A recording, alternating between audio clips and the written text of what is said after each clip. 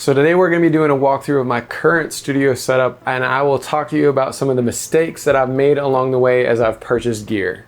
If you haven't subscribed already, go ahead and click the subscribe button, turn on the notification bell so you can get alerted every time I post a new video on music production for songwriters and music producers. Now, I'm definitely not a Grammy award-winning producer by any means, but I have produced several of my own albums, I've scored for an independent film, and I've worked with other commercial clients to produce music for their content. I'm going to dive into the details of each component and show you the things that I use 90% of the time, maybe some mistakes that I made in purchasing it the first time or the third time or however many times I did it, but try to give you guys some ideas for how you can create your own studio without having to spend a lot of money or make a lot of mistakes in the process. So let's jump in. So the first part of the heart of my music production is the actual computer that I built. And I created a list of components on a website called PC Part Picker and then sourced them all from places like Newegg and Amazon and other stores that sell computer components. And I've been using that computer for the past 3 years now without any sort of glitches. But before that, I had actually purchased a used workstation from a website called Tiger Direct, and they sell refurbished computers. And I bought one that was probably maybe 3 years old, but it still had decent specs on it, and I used that for probably about 3 years without any sort of issues. But then when I started making videos, I realized that I needed a little bit more resources for these graphic intensive renderings and all the kinds of things that I'm doing now with video, so I decided to build the computer at that point in time. Now for DAW, for years I have been using FL Studio, and I love the program, but I am not tied to that program by any means. And here recently I've picked up Ableton and I've started to use that on projects as well. I like the workflow in both of those programs, and I plan on using both of those programs to produce music. I'm not precious about the DAW that I use. I'm not super loyal to one over the other. I think that each of those DAWs has strengths and weaknesses, and I intend to use those DAWs for the projects that they make sense for. One of the other pieces of advice that I would give you is that if you don't have money to buy something retail, so if you can't buy something brand new from a company like Sweetwater or Amazon or one of those other sites where you would pay the full retail price, then look at buying something secondhand or used on a site like eBay, or go through Craigslist, or go through Facebook Marketplace. I have sourced probably 60 to 70% of the items that I have in my current studio from just picking these things up randomly. My audio interface I picked up from a dude off Craigslist. Small condenser microphone that I use, I picked up off of eBay. The condenser microphone that I use, my wife actually purchased for me for Christmas through eBay. And then the bass that I'm using, I actually bought a very cheap DIY kit to put together. Do you notice a theme here? I don't necessarily pay full price every time that I buy a new component for my studio. A lot of times I'm gonna go out and look to see if there is a used version that's just as good that I can build out my studio with. I think audio interfaces are important, but sometimes there's a little bit too much emphasis placed on it. Honestly, as long as you have 1 or 2 inputs on the interface, you'll probably be able to get away with most everything that you need to do. I have been using a 2-input audio interface for about 3 to 5 years now, and honestly I haven't really needed more than that. Now I am starting to look at upgrading that audio interface in the future to have some more inputs and outputs so I can go to some outboard gear, but right now honestly the 1 or 2 inputs serves my need. I can record my vocals, I can record guitar, I can record bass, I can do some of those things simultaneously if I need to, but most of the time I don't need to record more than 1 channel at a time.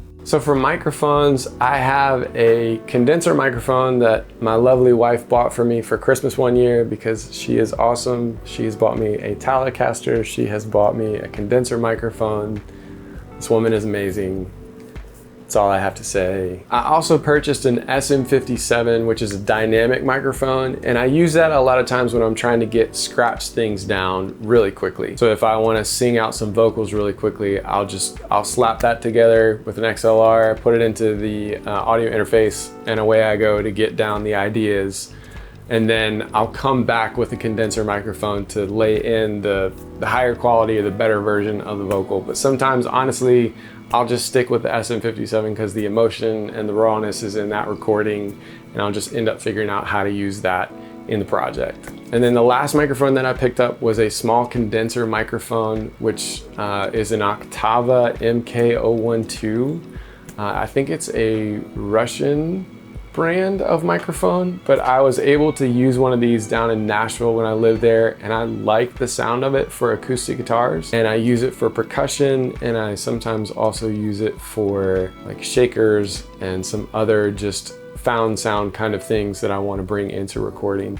You don't have to have each of those different varieties of microphones. A lot of times you could probably just get away with having a condenser microphone and just use it on everything.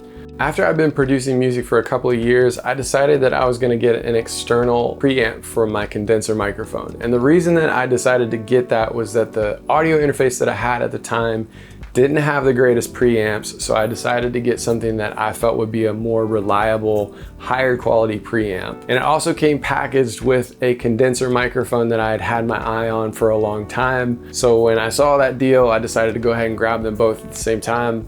Honestly, I wish I hadn't grabbed that package deal because the microphone that I got ended up not really suiting my needs very well, and I wish that I had not purchased that microphone because I got it for the looks mainly, and it ended up being not so great. So what's something that you use in your music production all the time that you couldn't live without? Leave that in the comment section below. And the instruments that I have that I've been using on projects, I have kind of just accumulated those over the years. So my acoustic guitar I got shortly after college. It was kind of like a graduation slash I pitched in a little bit to get the guitar that I wanted then, and I used it to perform out live, but also used it for recording and that kind of stuff. And then my wife actually purchased a Fender Telecaster for me for Christmas slash birthday present because my wife is awesome and she did that for me. And then I ended up purchasing a DIY bass kit probably a couple years after that.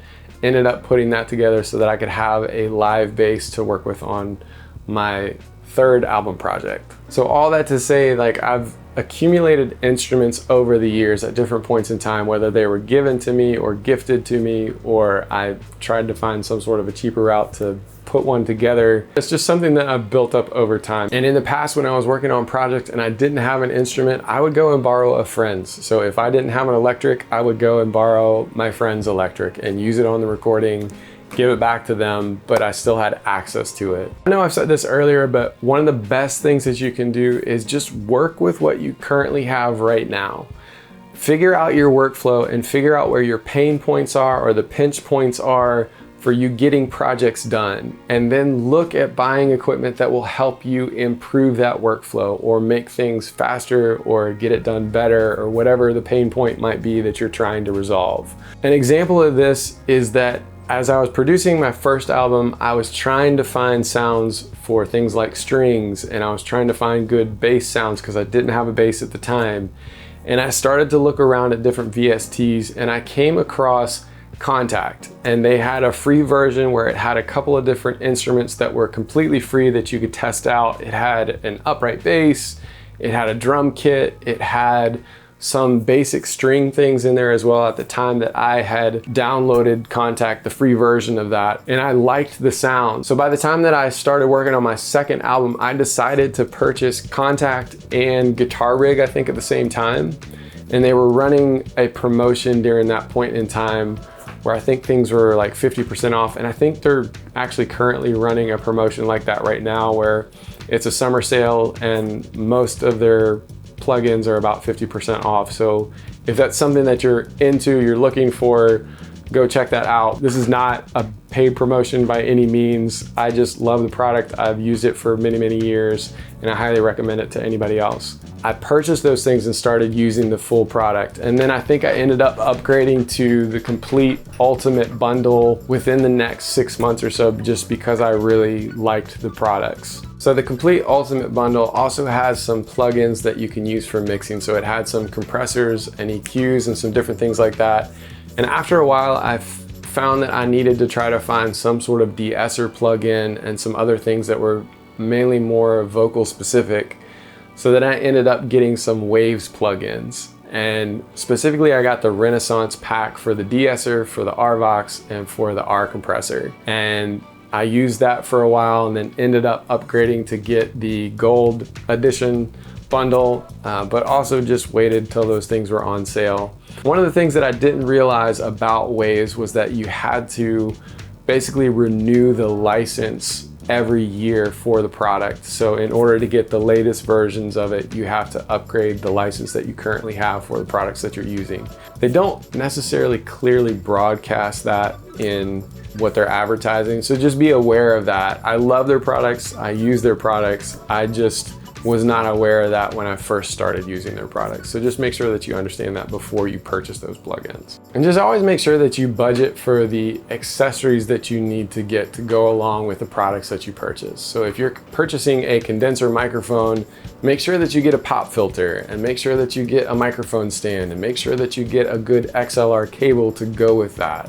Sometimes they don't get included into the package that you're buying. I remember when I was buying my studio monitors, the first time I didn't realize that they didn't come with the cables that would attach from the speakers to the audio interface, and that ended up being an extra like 30 or 60 bucks to buy those cables. So just make sure that you budget for those things. So the first time that I bought studio monitors, I probably did it the right way at that point in time. I was visiting New York City, and I was able to go into a huge music store there and sit in front of a wall of different monitors. And I was able to test this pair of monitors, and then test that pair of monitors, and then another pair of monitors. So I went back and forth between 3 or 5 different pairs of monitors until I found the monitors that seemed to fit me the best in terms of I liked the sound of them the best, and was able to hear what I needed to hear out of those monitors. So the first monitors that I purchased were the Yamaha HS50Ms. That's what they were called back then. I think they're called the HS5s now. But I ended up getting rid of those when I left Nashville, and I didn't have a pair of studio monitors for a couple of years. I ended up getting a pair of JBL 305s later on down the line, but I had never actually tested those speakers out or listened to them in any sort of environment. So I like them, but I think I would have rather gone back to the Yamaha HS5s rather than picking up those JBL 305s. So lesson learned, go and listen to the studio monitors. Make sure that it sounds good to your ears and that it's gonna be something that's gonna be comfortable for you to listen to for a long period of time. Now, as far as headphones go, I was really fortunate because my roommate that I live with in Nashville was getting ready to move away. He was getting rid of a bunch of gear. So I ended up picking up the headphones that I use now for probably like $5 or $10. They're probably $100 headphones. I was just in the right place at the right time. What I would recommend as far as headphones go is pick a pair that you will just use until you understand the ins and outs of those things really, really well. So listen to your favorite music on it so that you know what a good mix sounds like in those headphones, so that as you start creating your own music, you'll be able to tell when you're getting close to that caliber of a mix. Don't cheap out on headphones, get a good pair, and I would start out with getting the closed back headphones. So Midi Keyboard is one of those studio components that I use all the time on all of my projects. And the first time that I got a Midi keyboard, I got one that was like the 61 key version. It was really simple. All it had was the keys and then the modulation wheel and a pitch bend, and that was it. The second one that I got was like a 49 key keyboard, and it had some of the drum pads and some faders and some other fancy things on there as well. I loved that keyboard, and in my old place where I had it set up all the time on a stand, and I used it all the time. But when I moved to this location that I'm at now, I didn't have a space to be able to set it up. So every time that I wanted to use a Midi keyboard, I had to break out the stand, and then I had to break out the Midi keyboard and then plug it in. And it ended up turning into this giant hassle that I didn't want to go through. So a lot of times I didn't end up using the Midi keyboard. So in the past 2 years, I ended up picking up this Akai MPK Mini 2, and it's a 25 key keyboard that fits on a little tray that slides underneath of my desk that's always plugged in, always ready to go, and that has been one of the better investments that I've made for my studio for the space that I'm in right now. It makes sense for my workflow, it makes sense for the space that I have, and for me it's the most important to be able to get ideas down quickly and to have the tools available to get those ideas down at a moment's notice. So my recommendation for you is to look at the space that you're working with and make sure that you get a MIDI keyboard that will fit the space, that you can have set up all the time and that is ready for you to use at a moment's notice, versus something that's packed away in the corner that you end up not using because it's such a pain in the butt to set it up just to use it. So if you are a beginner and you're just trying to figure out what kind of equipment you need to get started, click the link in the description below and I'll share with you some equipment that I think would be a great starting point for somebody that's just starting out. And be sure to check out this next video if you want to learn how to take these simple ideas and turn them into full songs. And I will see you in the next round.